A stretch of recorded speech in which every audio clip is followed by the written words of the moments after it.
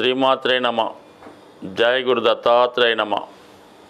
ఈ వీడియోలో మనం 2025-26 సంవత్సరాల్లో ఏర్పడబోతున్నటువంటి శ్రీ విశ్వావసు నామ సంవత్సర ఉగాది ఫలితాలు మేషరాశి వారికి ఏ విధంగా ఉండబోతున్నాయి అన్న విషయాన్ని ఈ వీడియోలో పరిశీలించే ప్రయత్నం చేద్దాం.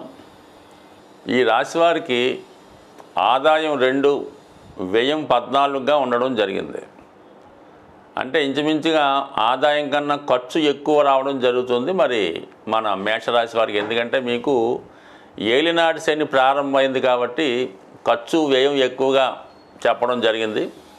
దాన్ని మీరు జాగ్రత్తగా ప్లాన్ చేసుకుంటే ఏదైనా మంచి కార్యక్రమాల మీద ఇన్వెస్ట్ చేయడం కానీ గృహ నిర్మాణం చేసుకుంటే అది న్యూట్రల్ అయి చక్కగా మీకు ఫ్యూచర్లో అది లాభించే అవకాశం ఉంది. ఇక రాజపూజ్యం 5, అవమానం 7. అంటే గౌరవించే స్థానాలు మీకు ఒక 5 గౌరవిస్తే ఒక 7 మంచి అది ఇబ్బంది పడుతుంటారు. ఇది ఎక్కువగా మీకు ఏదైనా పాలిటిక్స్ వాటిలో ఉన్న వాళ్ళకి తప్ప సాధారణంగా మన మామూలు వ్యక్తులకి పెద్దగా దీని ప్రభావం ఉండదు. మరి మంచి కార్యక్రమాలు చేస్తే గౌరవం పొందుతారు. పనికిమాలిన పని చేయడం వల్ల అవమానం ఫీల్ అవ్వడం జరుగుతుంటుంది కాబట్టి అది మీ చేతిలోనే ఉంటుంది. అందువల్ల ఏంటంటే మరి చక్కగా ఈ రాశివారు ఈ సంవత్సరంలో మంచి ఇన్వెస్ట్మెంట్ చేసుకుంటే ఫ్యూచర్లో మంచి ఫలితం రావడం జరుగుతుంది. ముఖ్యంగా సంవత్సర ఫలితాలు పరిశీలించినప్పుడు గురుగ్రహం యొక్క గమనాన్ని ఆధారంగా తీసుకొని చెప్పడం జరుగుతూ ఉంటుంది. ఎందుకంటే గురువు కూడా ఇంచుమించుగా ప్రతి సంవత్సరం కూడా ఒక రాశి నుంచి ఒక రాశికి మారడం వల్ల ఈ సంవత్సర ఫలితాలకి ప్రాధాన్యత ఏర్పడడం జరిగింది. అలాగే శని భగవానుడు 2.5 సంవత్సరాలు ఒకే రాశిలో ఉన్నప్పటికీ కూడా మరి ఈ సంవత్సరం అంతా కూడా మనకి ఇంచుమించుగా ఈ ఉగాది ప్రారంభం నాడే మీనరాశిలో ప్రవేశించినటువంటి శని భగవానుడు ఈ సంవత్సరం అంతా కూడా ఇదే రాశిలో సంచరించడం జరుగుతూ ఉంటుంది. ఇక దాని తర్వాత రాహు కేతువులు 2 గ్రహాలు కూడా ఒకేసారి నవంబర్ 18వ తారీఖు వరకు కూడా మీనరాశిలో సంచారం చేస్తూ 18వ తారీఖు తర్వాత ఇంచుమించుగా మనకి రాహు వక్ర గమనంతో కుంభరాశిలో ప్రవేశిస్తాడు. అలాగే కేతువు సింహరాశిలో ప్రవేశిస్తాడు.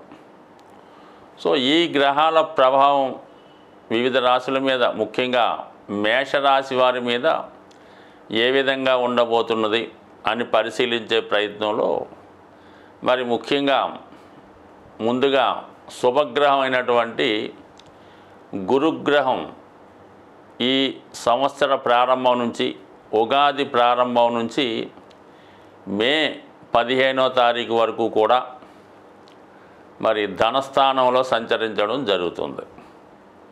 ఇది వీళ్ళకి చాలా శుభకరమైనటువంటి స్థానం.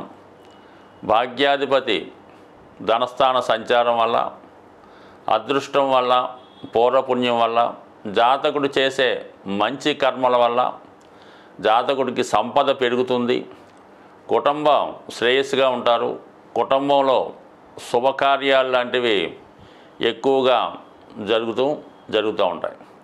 ఇక మే 15 నుంచి అక్టోబర్ 19 వరకు కూడా మిథున రాశిలో సంచరించడం జరుగుతూ ఉంటుంది.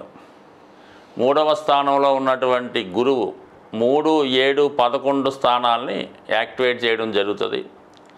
అలాగే 3లో ఉన్నటువంటి గురువు 9వ స్థానాన్ని కూడా వీక్షించడం వల్ల మరి ఈ సమయంలో అంటే మే 15 నుంచి అక్టోబర్ 19వ తారీఖు మధ్యలో వివాహ ప్రయత్నాలు ఫలిస్తాయి.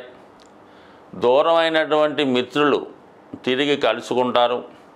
ముఖ్యంగా విదేశ ప్రయత్నాలు ఫలిస్తాయి. అంటే గురువు విద్యాకారకుడు కాబట్టి విదేశంలో ఉన్నత విద్య అభ్యసిద్దామనుకునే విద్యార్థులకి చాలా వరకు ఈ సమయంలో అంటే మే 15 తర్వాత ఇంచుమించుగా అక్టోబర్ 19 వరకు విదేశ ప్రయత్నాలు ఫలిస్తాయి. వివాహ ప్రయత్నాలు ఫలిస్తాయి.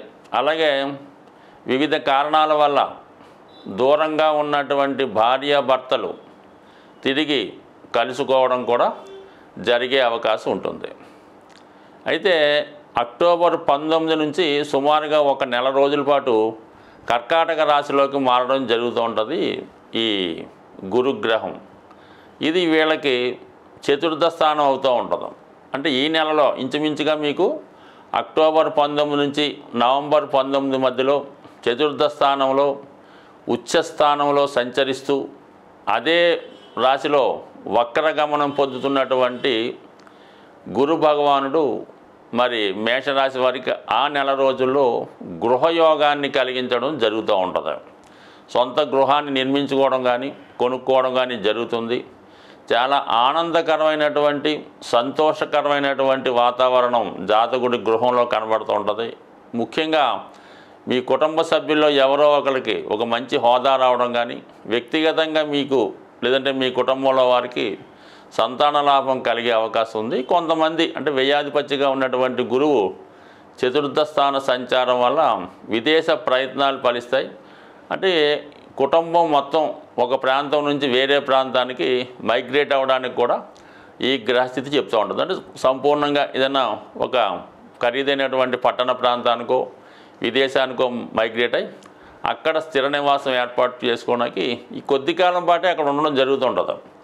ఇప్పటి నుంచి మనకి అక్టోబర్ 19 ఇంచుమించుగా ఒక నెల రోజుల పాటు ఉండి మళ్ళా వక్ర గమనంతో ఈ 3వ స్థానమైనటువంటి మిథున రాశిలోకి గురుగ్రహం తిరిగి ప్రవేశించి ఇంచుమించుగా ఈ ఉగాది మళ్ళా వచ్చే ఉగాది వరకు కూడా మిథున రాశిలోనే సంచరించడం జరుగుతూ ఉంటుంది.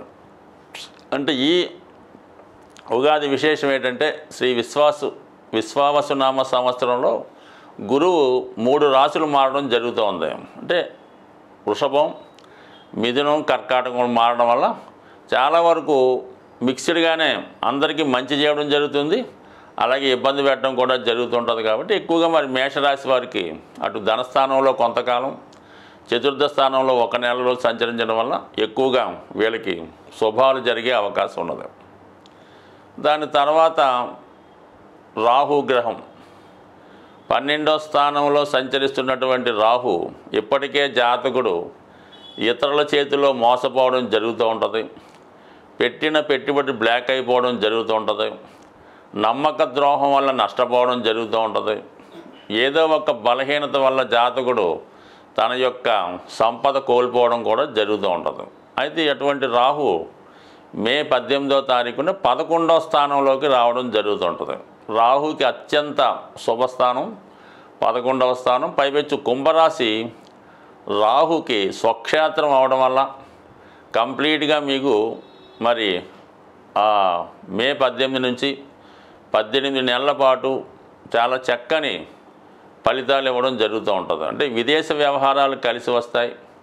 ఇది ఎక్కువగా సినిమా పరిశ్రమ వారికి, సాఫ్ట్వేర్ రంగం వారికి చాలా చక్కగా ఉపయోగపడుతూ ఉంటుంది. ఎవరైతే కొత్తగా స్వతంత్రంగా వ్యాపార రంగంలోకి ప్రవేశిద్దామనుకున్నారో వాళ్ళకి గ్రహస్థితి చాలా అనుకూలంగా ఉంటుంది. ఈ సమయంలో మీకు ఇతరుల యొక్క ఆధీనంలో ఉన్నటువంటి మీ స్థిరాస్తి మీకు రావడం జరుగుతూ ఉంటుంది. గతంలో మీరు కొన్నటువంటి ఆస్తుల విలువ విపరీతంగా పెరిగి మీరు ఊహించిన దానికన్నా అధిక ధనం రావడం జరుగుతూ ఉంటుంది. అంటే బ్లాక్ అయినటువంటి ధనం తిరిగి రావడం జరుగుతూ ఉంటుంది.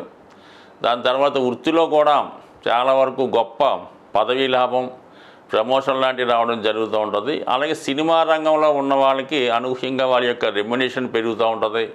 వాళ్ళ యొక్క ప్రతిభకు తగిన గుర్తింపు రావడం కూడా జరుగుతూ ఉంటుంది. అంటే మొత్తం మీద ఈ మేషరాశి వారికి ఏంటంటే రాహు చాలా బ్రహ్మాండంగా ఈ సంవత్సరం అంతా పనిచేస్తాడు. కాబట్టి మీరు ఎక్కువగా రాహు మీద, రాహు యొక్క కారకత్వాల మీద ఫోకస్ చేస్తూ రాహు యొక్క అధిదేవత అయినటువంటి కనకదుర్గ అమ్మవారిని ఆరాధించడం వల్ల సంపూర్ణ విజయం. ఒక ఎలక్షనే కాదు, ఎంత గొప్ప పదవైనా రాహు తలుచుకుంటే ఇవ్వడం జరుగుతూ ఉంటుంది.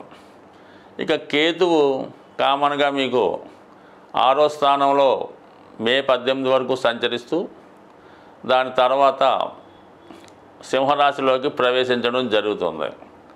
ఇది చాలా వరకు 5వ స్థానం కాబట్టి షేర్ మార్కెట్లో ఉన్నవాళ్ళు చాలా జాగ్రత్తగా వ్యవహరించాలి. లవ్లో బ్రేకప్ రావచ్చు, ఆత్మీయులు దూరం అయ్యే అవకాశం ఉన్నది.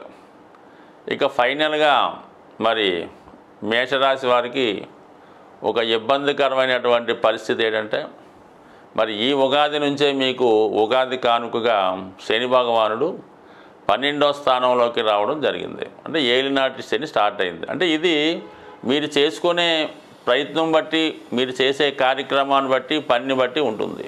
ఇదే సమయంలో మీరు ఏదైనా కష్టపడి ధనాన్ని కొంత సేవింగ్ చేసుకుంటూ ఏదో విధంగా ఒక స్థిరాస్తి కొనుక్కుంటే, లేదంటే ఒక గృహ నిర్మాణం చేసుకుంటే చాలా వరకు మీకు అది ఈ ఏలినాటి శని పూర్తయ్యే లోపల దాని రుణం కూడా తీరిపోయి దాని వాల్యూ కూడా విపరీతంగా పెరుగుతుంటుంది. కాబట్టి అంటే ముందుగా 12వ స్థానంలో ప్రవేశించిన శని మీ యొక్క ధనం మీద, సంపద మీద, సేవింగ్స్ మీద దెబ్బ కొడతాడు. అందువల్ల వాటిని జాగ్రత్తగా కాపాడుకుంటూ ఉన్న ధనాన్ని జాగ్రత్తగా సద్వినియోగం చేసుకోవడం మంచిది. లేదంటే ఏదన్నా మంచి కార్యక్రమాలకు వినియోగిస్తే మంచిది. ఈ సమయంలో చేయకూడని ఏంటంటే షేర్ మార్కెట్లో ఎంటర్ అవ్వడం, వ్యాపారాలు చేయడం, ఎవరికన్నా వడ్డీకి ఇవ్వడం, అత్యాశకు పోవడం, అక్కలేని విషయాలు కలగజేసుకోవడం, ఈ విధంగా చేయడం వల్ల నష్టపోయే అవకాశం ఉంది. ఇదే సమయంలో విద్యార్థులు అలాగే యువకులు కూడా చాలా జాగ్రత్తగా ఉండాలి. ఏదో ఒక వ్యసనానికి, బలహీనతకి ఈ సమయంలో జాతకుడు లోనవ్వడం జరుగుతుంటుంది. కాబట్టి మొత్తం మీద ఏంటంటే మేషరాశి వారు ఈ ఉగాది నుంచి శని విషయంలో జాగ్రత్త పడాలి. క్రమశిక్షణగా వ్యవహరిస్తూ వ్యసనాల వైపు వెళ్లకుండా క్రమశిక్షణతో రోజు ఉదయం సూర్యోదయానికి ముందు లేచి ఒక అరగంట అటు పూజా కార్యక్రమం కానీ, అటు నడక వ్యాయామం లాంటిది కానీ చేసుకోవడం వల్ల మీకు మొత్తం 7.5 సంవత్సరాలు కూడా శని ఏమాత్రం ఇబ్బంది పెట్టకుండా ఉన్నత స్థాయికి వెళ్ళే విధంగా ఈ మేషరాశి వారికి శని భగవాను యొక్క స్థితి ప్రారంభమైంది. ఇది ఏదైనా మీ ప్రయత్నం బట్టి, మీరు చేసే కార్యక్రమం బట్టి ఉంటుంది. అందుబట్ట శని యొక్క ఏలినాటి శని గురించి పెద్దగా భయపడవలసిన పని లేదు. క్రమశిక్షణతో ఉంటే అన్నీ సవ్యంగా సర్దుకుంటాయి. ఈ ఉగాది సందర్భంగా 12 రాశుల వారికి చక్కని పరిహార మార్గం తెలియపరచడం జరుగుతుంది. సాధారణంగా ప్రతి ఒక్కరికి ఉన్నటువంటి సమస్యల్లో ఆర్థికపరమైనటువంటి సమస్య, రుణ బాధలు, ధనం సరిపోవడం ఒకటైతే, మరి కొంతమందికి అనారోగ్యపరమైనటువంటి సమస్యలు, హెల్త్ ఏదో రకంగా ఇబ్బంది పెడుతుంటుంది. అంటే సాధారణంగా ఈ అనారోగ్య సమస్యలు బయట వారికి అర్థం కావు. ఆరోగ్యంగా ఉన్నవాడికి అనారోగ్య సమస్యల గురించి పెద్ద అలాగే అనుకుంటాడు తప్ప పెద్దగా ఇతనికి దాని గురించి పెద్ద బాధ ఉండదు. అనారోగ్యంతో బాధపడుతున్న వాడికి ఆ బాధ తెలుస్తూ ఉంటుంది. అలాగే ఆర్థిక పరంగా బాగుండి ఎటువంటి లోటు లేని వాడికి ఆర్థిక సమస్యలు అర్థం కావు. ఆర్థిక సమస్యలు ఎలా ఉంటాయి, అది ఉండడం వల్ల ఏ విధమైన ఇబ్బందులు ఉంటాయని కొంతమందికి అర్థం కాదు. ప్రస్తుతం ఉన్నటువంటి జనరేషన్లో చాలామందికి, అంటే ఇప్పుడు ఉన్నటువంటి పిల్లలు, చదువుకున్న పిల్లలు ఉన్నటువంటి జనరేషన్లో ఉన్నటువంటి స్టూడెంట్స్కి అసలు ఫైనాన్స్ ప్రాబ్లం అంటే తెలీదు, అసలు ఆకలి అంటే ఎలా ఉంటుందో కూడా తెలీదు. అంటే ఇది ప్రస్తుతం వీటన్నిటికీ ఏదైనా చక్కని ఆరోగ్యం, మంచి ఫైనాన్షియల్ పొజిషన్ ఇవ్వాలంటే దానికి మనం ఆరాధించవలసినటువంటి గ్రహం, ఏకైక గ్రహం సూర్య భగవానుడు. సూర్య భగవానుడు అనుగ్రహం ఉంటేనే ఈ రెండు, ఆరోగ్యం, ఐశ్వర్యం రెండు కూడా లభిస్తాయి. మిగతా గ్రహాలు ఎలా ఉన్నా మనకు అనవసరం. ఒక్క రవి బలంగా ఉంటూ రవిని పూజించుకుంటే 100% ఆర్థిక సమస్యలు, అనారోగ్య సమస్యల నుంచి బయటపడవచ్చు. అందువల్ల ఏంటంటే మరి ప్రతి ఒక్కరూ కూడా ఈ ఉగాది నుంచి సూర్య భగవాను ఆరాధిస్తూ ప్రతిరోజు సూర్య నమస్కారం చేసుకొని ఆదివారం నియమంగా ఉండడం. దాని తర్వాత ఏంటంటే ఈ క్యారెట్ ఏదైతే ఉందో అది ఆదివారం రోజు గోవులకి పెట్టడం వల్ల సూర్య భగవానికి సంతృప్తి కలుగుతుంది. అంటే క్యారెట్ ఆవులకి పెట్టవలసి ఉంటుంది. సూర్యునికేమో అవకాశం ఉన్నవాళ్ళు ఆదివారం రోజు పాయసం, అంటే గోధుమ నూకతో చేయనటువంటి హల్వా కానీ, పాయసం కానీ నైవేద్యంగా పెట్టవలసి ఉంటుంది. పెట్టిన ప్రసాదాన్ని మీరు స్వీకరించవలసి ఉంటుంది. అంటే సూర్యభగవానుడికి దంతాలు, పళ్ళు ఉండవన్నమాట. అంటే కొన్ని కారణాల వల్ల దక్ష యజ్ఞంలో ఆ విధంగా జరిగింది. అందువల్ల మెత్తని పదార్థాలు, పాలుతో చేసినటువంటి కోవా, గోధుమలు ఇష్టం కాబట్టి ఆ ప్రసాదం పెట్టడం వల్ల మనకి ఐశ్వర్యం లభిస్తూ ఉంటుంది. టెక్నిక్గా చూడండి, మీరు మన మామూలు వరి అన్నం కన్నా ఈ గోధుమ రొట్టి ఎవరైతే తింటూ ఉంటారో ఎక్కువ, అంటే 2 పూటలు కూడా తినచ్చు, వారి యొక్క ఐశ్వర్యానికి, సంపదకి మామూలుగా మనం వరి అన్నం తినే వాళ్ళకి ఒకసారి కంపేర్ చేసుకోండి. అంటే రవి అనుగ్రహం ఈ గోధుమ వినియోగం వల్ల రాస్తుంది కాబట్టి నానబెట్టిన గోధుమలు కూడా ఆవుకి పెట్టడం వల్ల, క్యారెట్ పెట్టడం వల్ల, మీరు కూడా అవి ఆహార పదార్థాలుగా తీసుకోవడం వల్ల అది కంటి చూపు పెరుగుతుంది, ఆరోగ్యం పెరుగుతుంది, ఐశ్వర్యం కలుగుతుంది, ఆరోగ్యం కూడా కలుగుతుంది. బట్ ఏదైనా సూర్య ఆరాధన, సూర్యాష్టక పారాయణ, ఆదిత్య ఉదయం నేర్చుకుంటే, చదువుకుంటే మొత్తం ఏ గ్రహ పరిహారానికైనా ఒకటే సమస్య, సూర్య ఆరాధన. స్వస్తి.